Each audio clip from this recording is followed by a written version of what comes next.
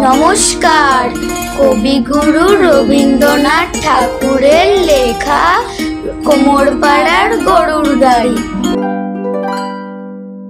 কুমোরপাড়ার গরুর গাড়ি, বোঝাই করা কলসি হাড়ি, গাড়ি চালায় বংশীবদন, সঙ্গে যে যায় ভাগ্নে মদন। হাট বসেছে শুক্রবারে, বক্সিগঞ্জে পদ্মা পাড়ে, জিনিসপত্র জুটিয়ে এনে গ্রামের মানুষ বেচে কেনে।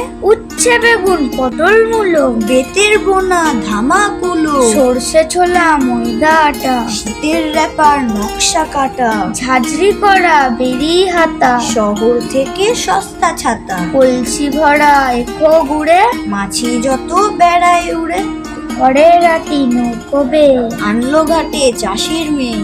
অন্ধকানায় পথের পরে, গান শুনিয়ে ভিক্ষে করে, পাড়ার ছেলে স্নানের ঘাটে, জল ছিটিয়ে সাঁতার কাটে।